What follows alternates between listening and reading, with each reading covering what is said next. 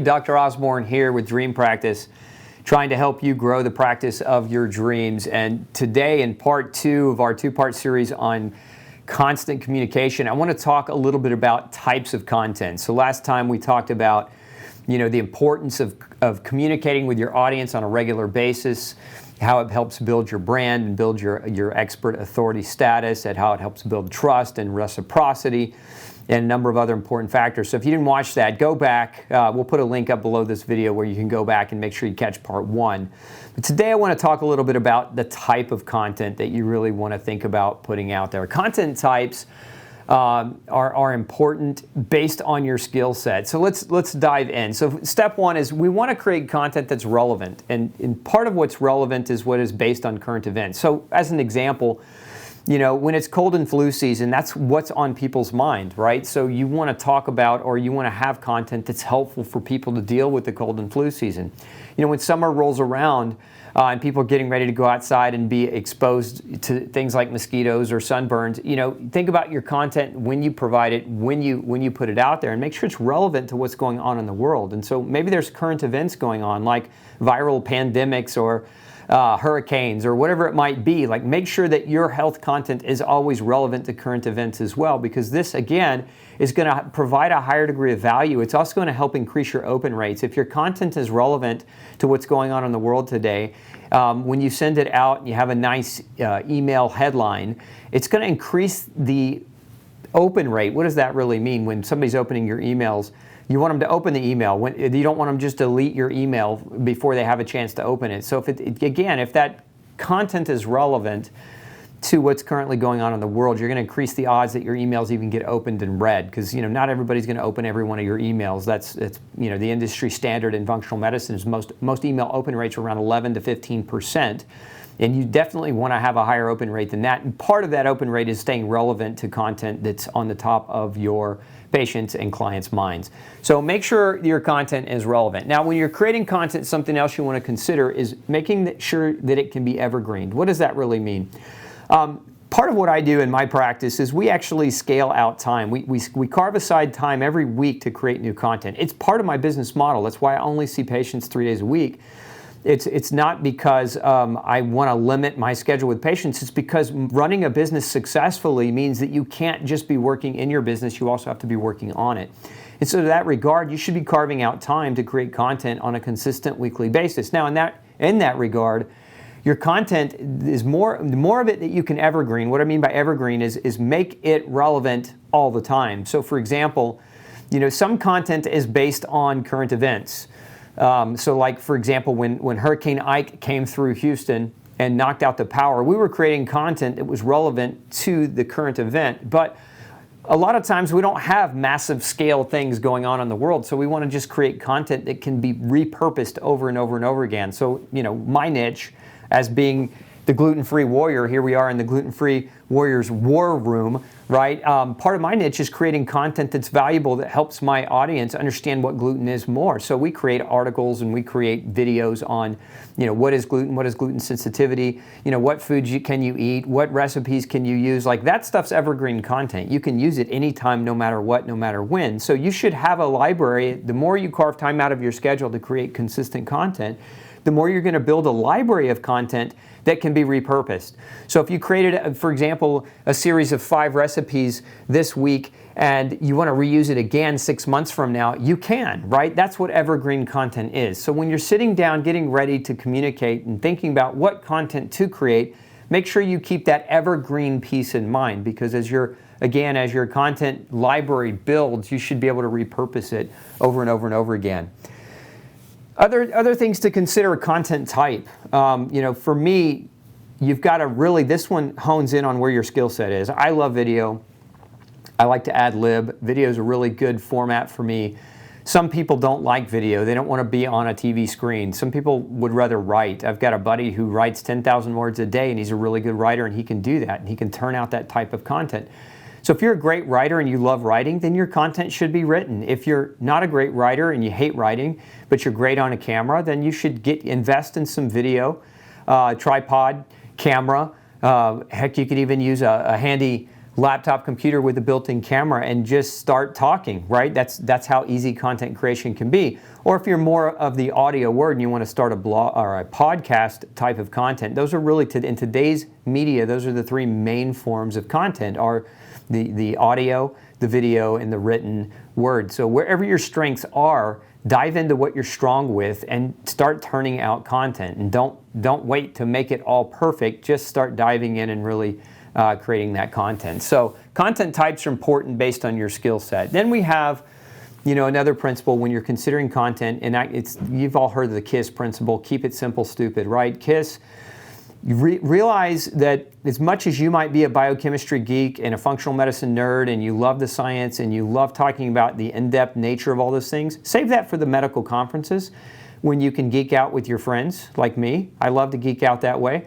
But when it comes to your audience, remember who you're talking to. Most people, as it relates to biochemistry, we're talking about 5th grade level of intelligence. And this is not an insult to them. This is just, if you go over their heads in your content, they're going to tune you out. You can't geek out on biochemistry in your content because it doesn't excite your patients. It doesn't excite your audience. What you have to geek out on in your content is keeping it really, really simple, really structured, really actionable. So you've seen some of the more popular docs, that are famous, in our cluster. Like, for example, my good friend Dr. Josh Axe. What does he do in a lot of his content? He keeps it really simple. Top 10 lists, top 5 lists, best 5 superfoods for summer. Something really, really simple. It may not be simple to you, or rather it may be super simple to you, but it may not be as simple to what you feel as it is to the people who are watching it. They want relevant things, relevant action steps, things that they can do that are simple, lifestyle tips and tricks that they can implement that doesn't require them to understand that xanthine oxidase is an enzyme that helps to metabolize uric acid, and you require manganese and zinc to do that. Like, that's way over somebody's head. They don't need that type of content. And if you're trying to turn that stuff out, then I hope that your business model is that you're selling educational content to other doctors. But if you're trying to, pump out content for your patients and for your, for your audience, it really needs to be on a 5th grade level to keep them engaged. Otherwise, you'll go over their head and you'll lose them. Okay, another thing to consider when you're creating your content is repurposing it. So, these videos that I create for you, they get repurposed all over the internet. They get repurposed on social media, platforms like Facebook or Instagram or LinkedIn. They get repurposed to Pinterest or, what other platforms are you on, right? So a lot of our content gets repurposed to audio format. It gets repurposed and spliced and diced into smaller segments of video. So when you're creating content, it's a great idea to sit down and plan it.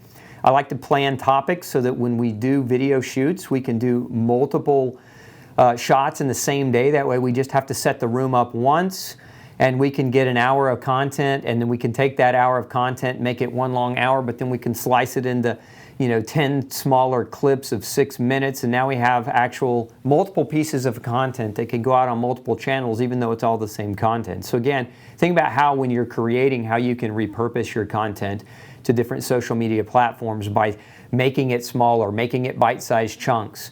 Very, very important. Remember, we have an attention span deficit in our society today, and so not everybody's going to be interested in your 20 or 30 minute video, but you might get a lot more interest in 5 or 6 minute video clips. So if you create a 30-minute video and then you have your people chop it or slice it and dice it into segments, it's going to be repurposed and it can be reused. So very, very important that you're thinking about it as you're structuring your content that way.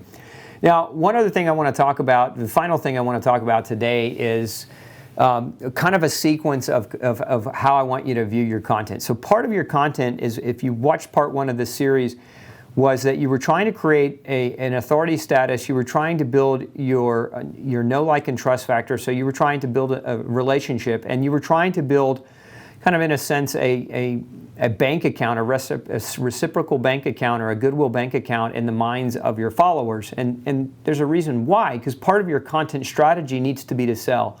Now, a lot of you I've talked to a lot of you in a lot of my mastermind. programs, and one of the things I see very commonly that doctors make mistakes about is they fail to sell, or they're scared to sell. They don't want to sell. They feel guilty for selling. And if that's who you are, then I would encourage you to get into some training programs that help improve your ability to become a salesperson. Because part of content creation, there's a strategy that I use. It's the 2/3 rule, and we do what's called educate, educate, sell. So basically, every third piece of content is a sales piece, right? So we spend a couple of solid pieces of education, a couple of videos on educating, or a couple of blog posts on educating, and in that third piece, so I usually try to email out 2 to 3 times a week, and that third piece is always a sales piece. So we are selling something, right? We're either selling our services as providers, we're selling supplements that we might carry within our practice or clinic, we might be selling information products or ebooks or whatever it is that you might have that has a value that might help somebody that you could sell and earn a living from. So remember, if you sell products or if you have a pharmacy in your practice, part of what you're doing as you're educating your patient base and sending them follow-up emails and sending them content is you're letting them know that you sell certain things. So for example, when I started this video today, I said, think about what's relevant, what's going on in the world today. So like right now, if you're coming into spring, for example, and allergy season is coming in, you should be creating content about how people can take action steps to protect themselves from seasonal allergies. And if you've got products that help support the immune system in that regard, then that third piece of content in that week should be about that product. And that way you're not just educating them about what they can do for free, but you're also offering them something that they can do that might add an additional layer of benefit into their life, but you're also, so again, you're helping them at the same time you're earning a profit. So think of your content strategies in that way. And that last piece is educate, educate, sell. So if you use what I call the kind of the 66% rule, you should never sell more than you educate. And if you educate 66% of the time and sell 33% of the time, you're not going to overextend that reciprocity or that goodwill bank account that you're trying to build with your patients and clients. So hope that strategy session was helpful for you. We'll see you in the next video. And as always, wishing you great success. And if you haven't already, make sure you come over to Dream Practice and grab your tickets for the Dream Practice Functional Medicine Success Summit. It's coming down the pipeline, and you want to make sure you grab your ticket before we sell out. So this is Dr. Osborne. We'll see you next time.